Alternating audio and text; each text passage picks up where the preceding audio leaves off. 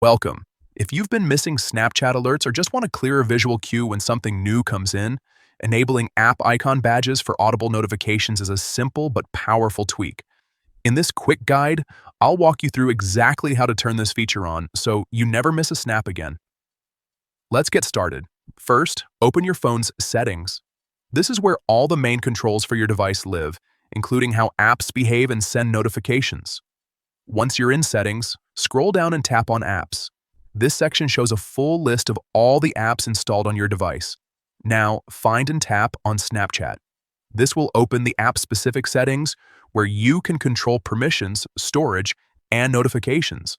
Next, tap on Notifications. Here, you'll see all the options related to how Snapchat alerts you when something happens.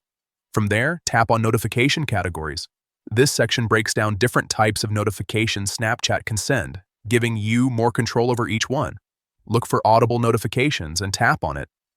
This is where you can manage alerts that come with sound, which are usually the most important ones. Finally, find the option labeled App Icon Badges and toggle it on.